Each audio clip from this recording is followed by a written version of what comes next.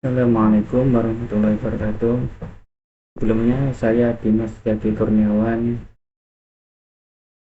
jurusan Matematika Murni kelas 2B dengan NIM 2308040460037. Di sini saya akan menjelaskan atau menganalisis sebuah permasalahan data statistik dengan menggunakan SPSS. Untuk soal yang pertama, yaitu seorang peneliti ingin mengetahui keefektifan penggunaan pupuk terhadap tinggi tanaman tomat. Peneliti melakukan penelitian terhadap pupuk kandang, pupuk kompos, dan pupuk casting. Masing-masing pupuk diberikan pada 20 tanaman tomat. Pupuk diberikan mulai dari bibit sampai tanaman tomat berumur 10 minggu. Setelah 10 minggu, tinggi tanaman tomat dicatat hasil pengukuran tinggi tanaman tomat dalam sentimeter yang menggunakan pupuk kandang, pupuk kompos, dan pupuk casting. Untuk datanya dan pertanyaannya yaitu berdasarkan hasil penelitian, apakah pupuk kandang, pupuk kompos, dan pupuk casting mempunyai keefektifan yang sama terhadap tinggi tanaman tomat. Nah, sebelumnya saya sudah mencoba dalam manual ini, yaitu untuk hasilnya, untuk kesimpulannya H0-nya diterima. Jadi kesimpulannya, penelitian tersebut pupuk kandang, pupuk casting mempunyai keefektifan yang sama. Nah, apakah dari hasil manual ini saya akan mencoba ke SPSS, apakah hasilnya sama atau berbeda? Nah, di sini kita lihat ada 3 sampel, yang dimana 3 sampel ini kita menggunakan uji ANOVA. Syarat uji ANOVA yaitu memiliki 3 sampel, tidak boleh kurang. Jika hanya 2 sampel saja, itu uji 2 populasi. Nah, untuk selanjutnya nih, data-datanya sudah saya salin ke Excel supaya mempermudah ke pengerjaan ke SPSS. Nah, untuk Excel-nya sudah saya buat seperti ini. Untuk keterangan, ini 1 adalah pupuk kandang, dan 2 adalah pupuk kompos, dan yang ketiga adalah pupuk casting. Kita salin saja dan pindahkan ke SPSS.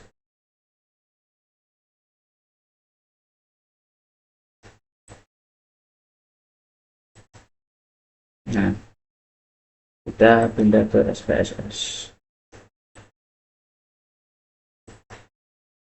Nah, di sini di SPSS masih ada tertera var 001 atau var 002. Kita akan merubah variabel ini supaya mempermudah kita dalam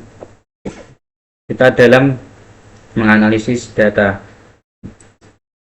Nah, untuk var yang 001 kita ubah ke pupuk, dan var 002 kita ubah ke tinggi. Untuk labelnya, yaitu karena pupuknya ada 3 jenis, kita tulis jenis pupuk.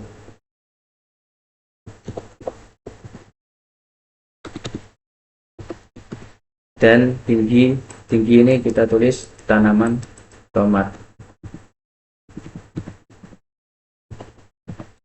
Nah, untuk desimalnya, untuk mempermudah, kita bikin 0 saja. Dikarenakan pupuknya jenis pupuknya ada 3, kita tambahkan value nya 3. Yang pertama yaitu pupuk kandang, yang kedua pupuk kompos, yang ketiga pupuk casting. Nah, bentar, pupuk casting, kita pencet OK dan kita ke data view.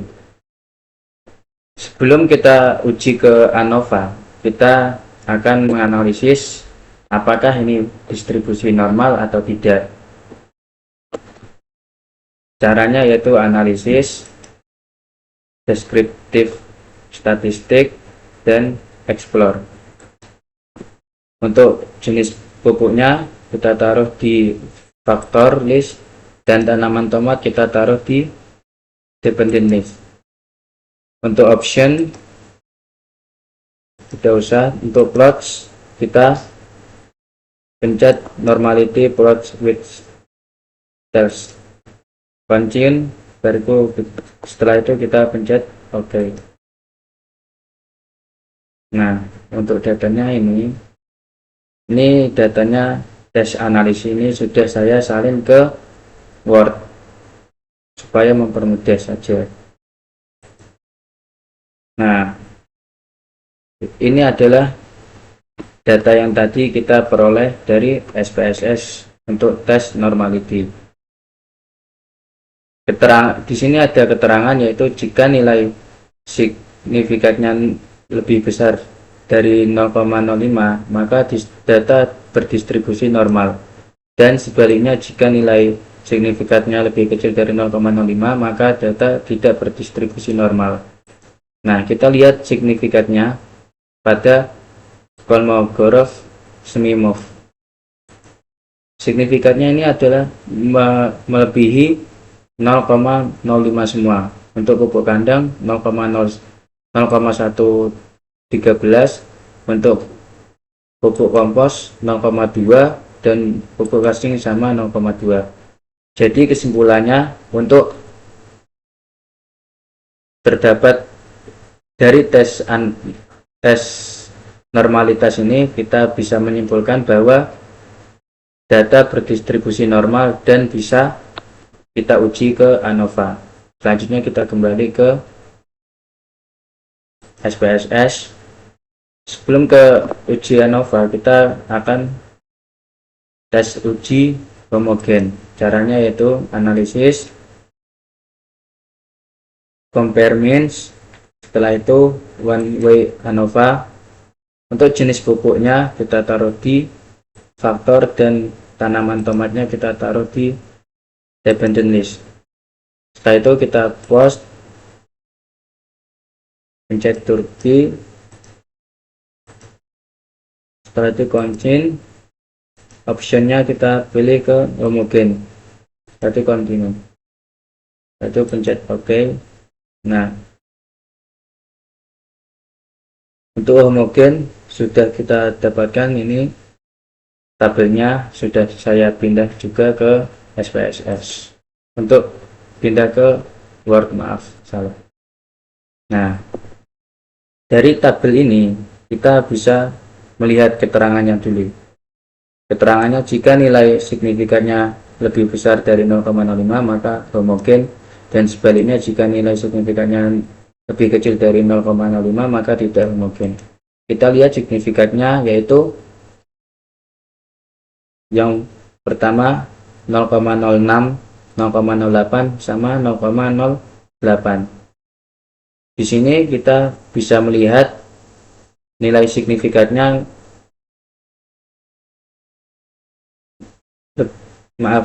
ini di sini signifikannya yaitu 0,006, 0,008 dan 0,008.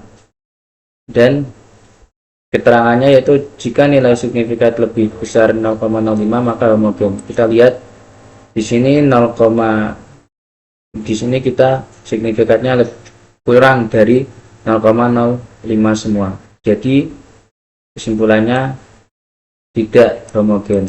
Nah, selanjutnya yaitu kita ke tes ANOVA. Untuk tes ANOVA yaitu syaratnya tidak homogen, tidak harus tes homogen, ini nilainya tidak harus homogen. Maaf, kita lanjutkan, tadi ada kesalahan. dalam perekaman. Kita lanjut,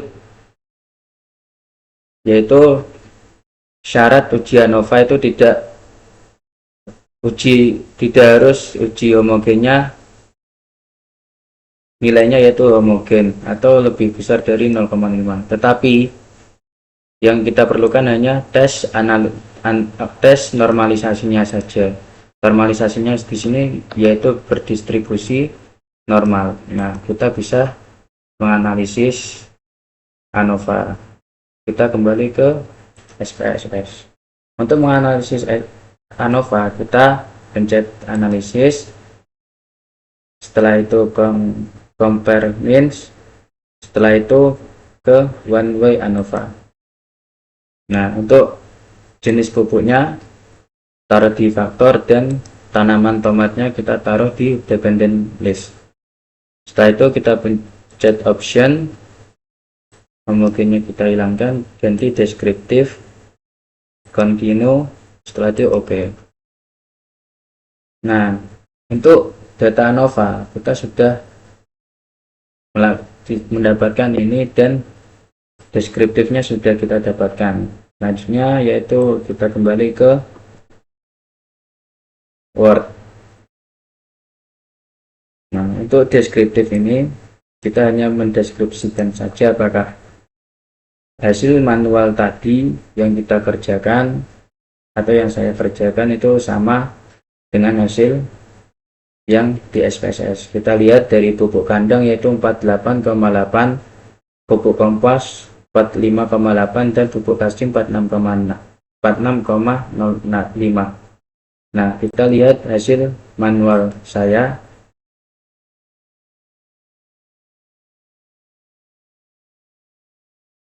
Yang dimana rata-rata pertama yaitu untuk pupuk kandang yaitu 48,8, untuk pupuk kompos yaitu 45,8, dan untuk pupuk casting yaitu 46,06. Nah, berarti yang kita kerjakan secara manual adalah sama hasilnya dengan SPSS. Selanjutnya yaitu standar deviasi. Standar deviasi untuk pupuk kandang 5,578. Sedangkan yang kita kerjakan secara manual yaitu 31,115. 31,115 ini dikarenakan standar deviasinya dipangkatkan 2. Jadi hasil dari 5.578 ini hasil apabila dipangkatkan 2 menjadi 31,115. Dan untuk pupuk kompos sama juga, dan pupuk casing juga sama. Nah, kita masuk ke ANOVA, uji ANOVA ini. Untuk uji ANOVA kita mendapatkan hasil yang dimana frekuensi F nya ini, F hitung yaitu 2,748. untuk F hitung 2,748 dan F tabelnya 3,17. sebelumnya F hitungnya didapat dari main square Batman group ini yaitu 55,417 dibagi 20,164. Kita lihat di hasil sini, di hasil manual kita mendapatkan sama yaitu 2,748, yaitu MST ini dibagi MSE.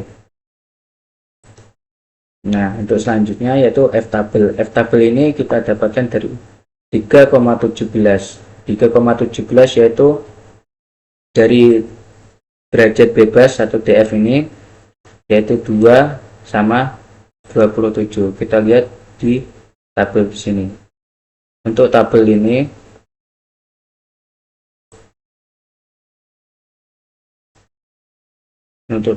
kita bisa lihat dalam buku Sujana. Untuk duanya itu kita pembilang dan 57 nya penyebut. Untuk pembilangnya 2 dan 57 penyebutnya 57. Dikarenakan tidak ada 57, maka yang mendekati yaitu 55 dengan nilai 3,17. Nah, untuk F tabelnya 3,17. Untuk daerah kritis yaitu H0 ditolak jika F hitungnya lebih besar dari F tabel. Kita lihat F hitungnya yaitu 2,748 dan F tabelnya yaitu 3,17. Karena F hitungnya lebih kecil dari F tabel, maka H0 diterima.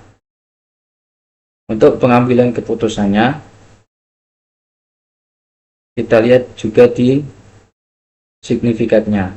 Signifikannya yaitu kita bisa lihat jika nilai signifikannya lebih kecil dari 0,05 maka H0 ditolak atau tidak memberikan hasil yang sama baik, dan jika nilai signifikannya 0,05 maka H0 nya diterima. Kita lihat yaitu di sini 0,0 signifikannya 0,073 yang dimana nilai signifikannya lebih besar dari 0,05 maka H0 diterima. Jadi kesimpulan dari soal ini adalah